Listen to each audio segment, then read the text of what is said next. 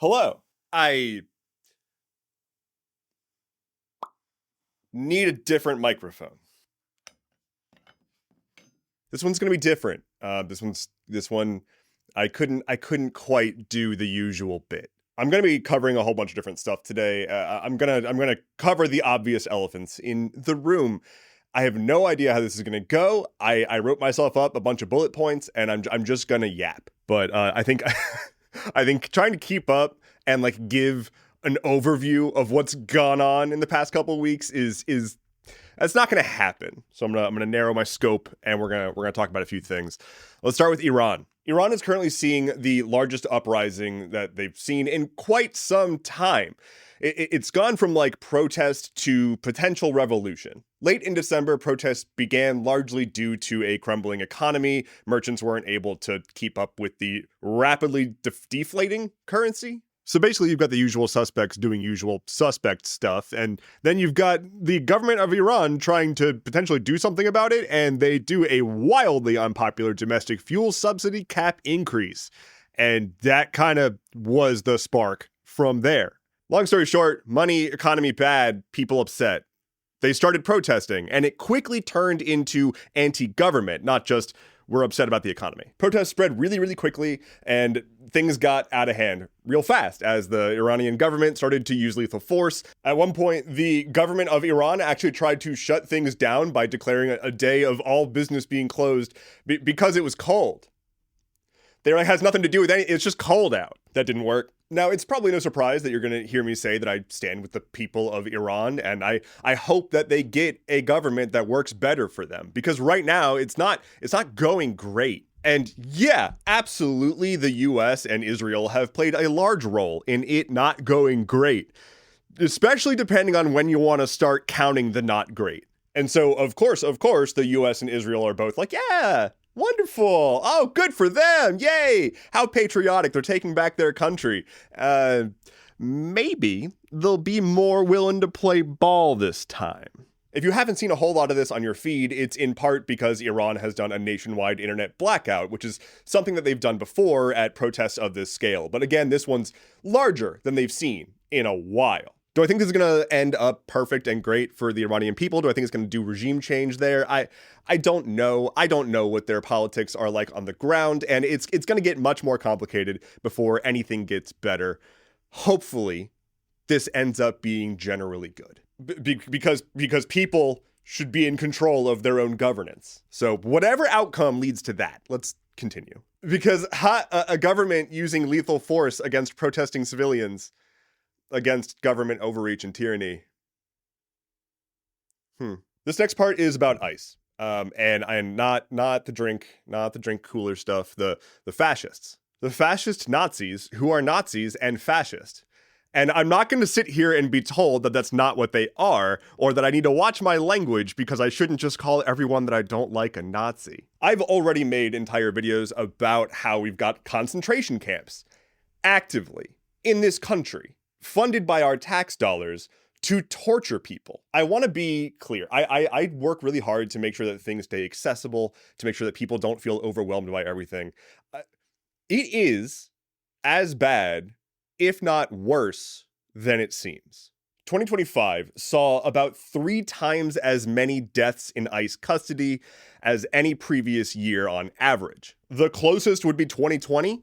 Can you guess why there were extraneous deaths that year? We know of at least 32 people who have died in ICE custody, in addition to 3 people who are US citizens, 2 of whom have been murdered, 1 of whom was shot 5 times, all by ICE agents. I'm gonna get to all of this, but I wanna start by just listing off some names and circumstances to show you how arbitrary it is, the lives that ICE has destroyed. Marie-Ange Blaise, 44, of Haiti, was abducted on February 12th of last year, died April 25th after being refused medical care in response to complaints about abdominal pain and chest pain. Abelardo Delgado, 68, of Mexico. He lived 40 years in the US as a farm worker. He was abducted on April 9th, died May 5th in transit between detention facilities. He died with severely elevated blood pressure, and this comes after his family had raised concerns about the medications that he was being given in detainment. Lorenzo Antonio Batras Vargas, 32, a DACA recipient. He came to this country at age 5. He was abducted by ICE on August 2nd and died in their custody August 31st. His family asserts that he had contracted COVID. And just to show that it doesn't have to be detainment and direct gunshots, the fact that this is happening at all is unacceptable. We're going to talk about a 24-year-old, Jose Castro Rivera. He was on his way to work when he was pulled over by agents and he tried to get away from them and was struck by a car and died. On his way to work. Apprehended by aggressive agents that are armed with lethal weaponry. And so he ran. Weird how when they have concentration camps and they're torturing people and they're chasing them down on the streets with guns, the human beings aren't into that. But those aren't even the US citizens. You know, obviously, Renee Good is on everyone's minds right now. Keith Porter was also killed by an off-duty ICE agent on New Year's Eve. US citizen, by all accounts, a wonderful dude, was being an American, had a rifle, and was shooting his rifle off into the sky in celebration of New Year's Eve. We can argue about the safety of celebratory shooting into the sky. Sure, great. The man's dead because an off-duty ICE agent lost his temper. With much less coverage, last October, Marimar Martinez, a US citizen, was shot 5 times by an ICE agent who went on to brag to his friends about putting 7 holes in her with just 5 bullets. Guess what? The Department of Homeland Security went on to say she was coming right at him with her car trying to ram him, and that's why he made the shots. Guess what? That was a lie. The charges against her were dropped because it was complete fabrication. Unfortunately, they didn't drop the 5 bullets and 7 holes that they put in her. That they had a hard time dropping that. And then, of course, Renee Good. That's been the thing that's on everyone's minds right now. We watched as a white suburban mother was murdered in her SUV by an agent who the right is trying to claim was nearly killed by sort of being near her car. I'm going to get to like how things have been going and like the response to everything soon, but I want to tackle one other thing first. The immediate response to Renee Good's murder was for the Department of Homeland Security head to go on television and call her a domestic terrorist. Body not even cold, and even if you take the most gracious interpretation on the ICE agent's side of this situation, none of that makes any sense. Scratch that, it does make perfect sense. Sure, she was a white woman. Sure, she was a mother in an SUV in a suburban town, and this whole time, my entire life, suburban white women were ones that you did not piss off because electorate and such, and we'll get to that as well, but it didn't matter because she was against the mission, which is to expel minorities. They're all leaning hard on this domestic terrorist line because they need to go on to the next step, which is going after the people who are protecting the minorities. It's not just anymore that you're white, you know? You have to be white and on board. And if you're not, you're expendable. You can be shot in the face on camera. There can be a bunch of angles, and they're going to call you a domestic terrorist. And even though we all know that that's bullshit, it still is the state giving the green light. If you have been waiting for a moment to meet, this is that moment. This is the moment that needs to be met. I am not going to use my platform to tell you, the current viewer watching this video, how specifically to meet this moment, because there is not a one-size-fits-all solution here, especially if you don't live in the United States. I mean, it would be very different for you too. If your instinct here is to explain why you cannot meet this moment, shut up. We are all complicit, especially US citizens, and also pretty much anyone in a country that isn't actively sanctioning the US right now. You don't get a moral hall pass on that, and it also doesn't really matter, because that's not how morals work. And if you really can't do anything because of your situation, That's rough, buddy. I want to go on and talk a bit about the response to Renee Good's shooting and like, you know, if it's bots and how the government has responded to this in general. I'm shook because of, like I said before, white woman in SUV gets shot. We have footage, obviously, like, the government lies about things, but this is a new degree of don't believe your lying eyes. But what's spooky is the number of people online that we're seeing just eat up what the government's version of the story is, which is complete nonsense. Now, there's a handful of things at play here, and I'm not going to say that it's all bots, because it's not all bots, but I do strongly believe that it's a lot of astroturfing. Astroturfing is essentially just flooding a space with bots to create a sentiment that people then feel safe sharing because they can't come to their own conclusion, and they're just like, oh, well, everyone around me is saying this thing, I'm going to join in on that. But it's not an actual grassroots movement, hence AstroTurf. There are absolutely real, living, breathing human beings who are saying that Renee Good deserved to be killed, or so on and so forth. And those people are evil and do not deserve a place in society, to be clear. Like, it's not that they're like, oh, how are they, you know, they just don't see the same thing we do, or they're like, you know, brainwashed. It doesn't matter at this point. Sitting around and supporting the government having federal agents murdering US civilians is just not particularly conservative. And that is because things have transformed into something completely different. Look no further than what the people in the White House are saying. Stephen Miller is just parroting white nationalist Nazi rhetoric. The Department of Labor and Department of Homeland Security have been posting Nazi propaganda on fucking Twitter, which is a Nazi website. But you take the speed at which we went from here's a video that's obviously going to piss people off about ICE to we're going to triple and quadruple down on the domestic terrorism rhetoric. And we're going to straight up tell people that's not what you saw. The president coming out and claiming that the ICE agent barely survived and that it's amazing he's going to come out of the hospital at all. Wild shit. He attached the video to that post. But here's the thing. It doesn't matter. Most of the people who are saying those things haven't watched the video at all. They don't care. They just saw that she's a lesbian or had pronouns in her bio, and that's enough to condemn her to death. This is not an exaggeration. They have spent over a decade riling themselves up about fake stories of their own victimhood, and now they're taking all of that pent-up rage out on their perceived enemies. And that has spent so long simmering and has boiled over into this wild cultural panic that they've built this foundation off of. So, like, yeah, it's racism. Yeah, it's sexism. Yeah, it's all of the above. And also, it's Gamergate all the way down. But guess what? It's not particularly a winning strategy to go on national television and say that the dead woman with plushies in her glove compartment, who's still bleeding out, is a domestic terrorist, while men walking the streets in masks and military fatigues with semi-automatic weapons are just out and about. Like, obviously, it doesn't make any sense and doesn't need to make sense because they don't care. They are in the position of power.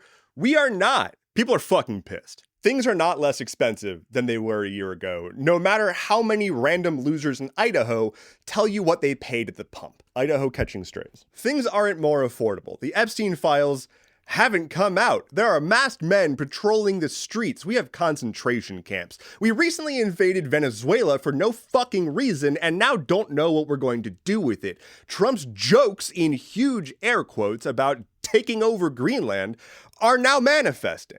Because it was never a joke. Because it's never been a joke. And these people are fucking idiots, and they voted for the guy that they thought was gonna be a goofball, and they're like, oh, he's just joking. And the ones who knew he wasn't were sitting there being like, oh yeah, he's just joking. That's gonna be our cover. And so if you go into conservative spaces right now, you'll see there are plenty of them that are like, hey y'all, we're losing the plot here.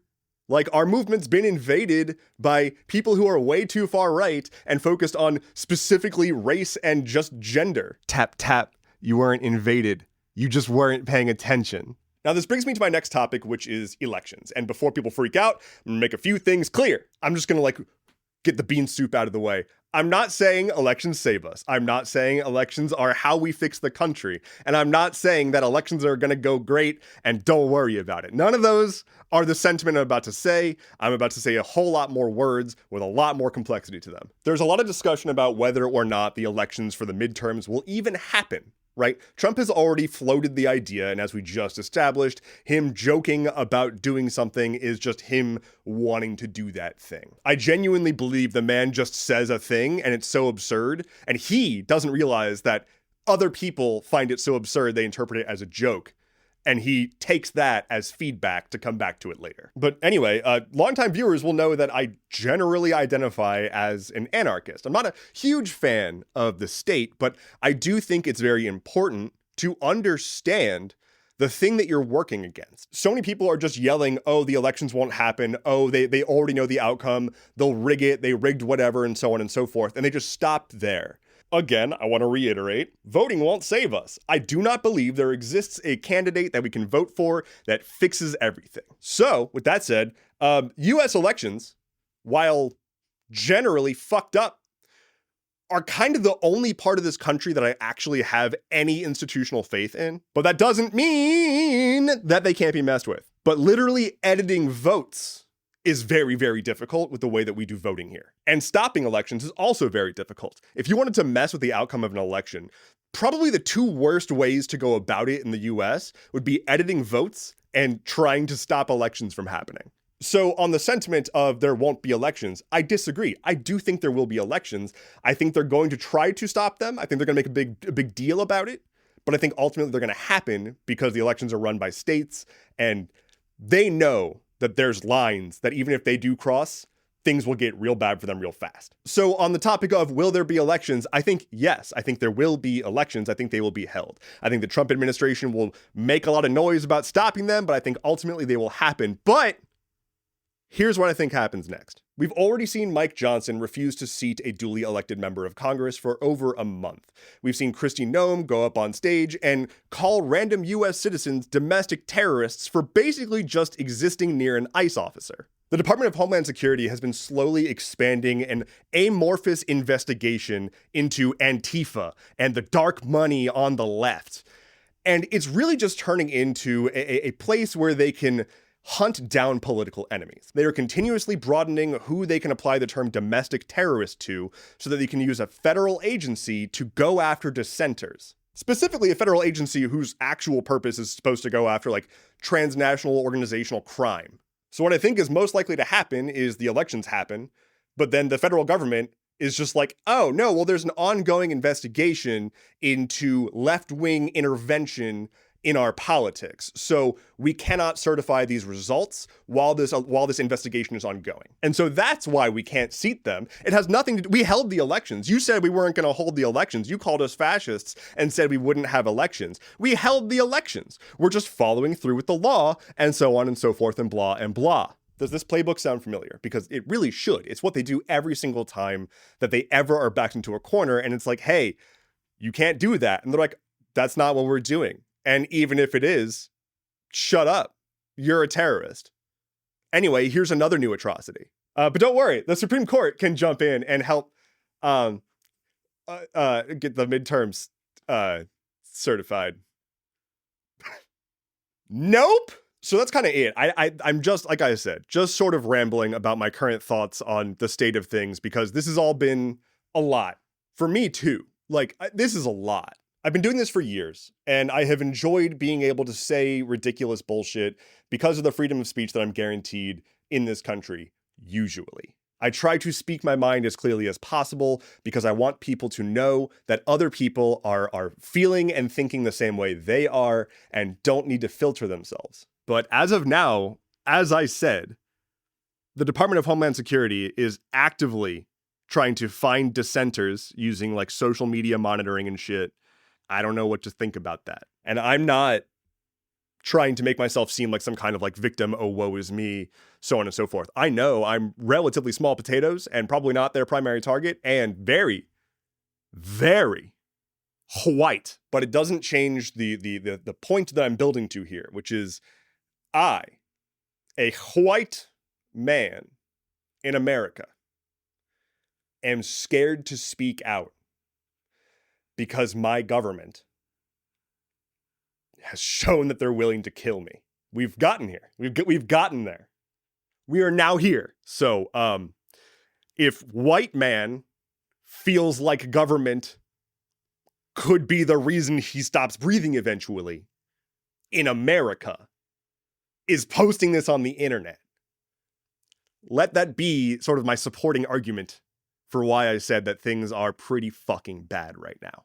I want to leave you with a little bit of parting advice because I don't want to just like end on a huge bummer. Like, here's some practical shit. If you're going to go out and participate in any form of events, do not post about it on the internet, especially not on corporate social media websites. You might feel like there's nothing to lose and, you know, privacy doesn't matter anyway. But hey, the other people who might be there with you, they should have a say in whether or not their location is posted on the internet. Risk is a given, no need to seek it out. Speaking of corporate social media platforms in general, so Discord, Facebook, Instagram, really anything that is a for-profit company, do not use any of those services to say anything that you wouldn't be comfortable shouting directly into your local police station. And when I say comfortable, I mean like comfortable with both the effects it would have on you and the second and third degree effects it would have on your loved ones and community, because they are looking for webs. If you absolutely need text-based communication, I generally recommend Signal. It is generally trustworthy.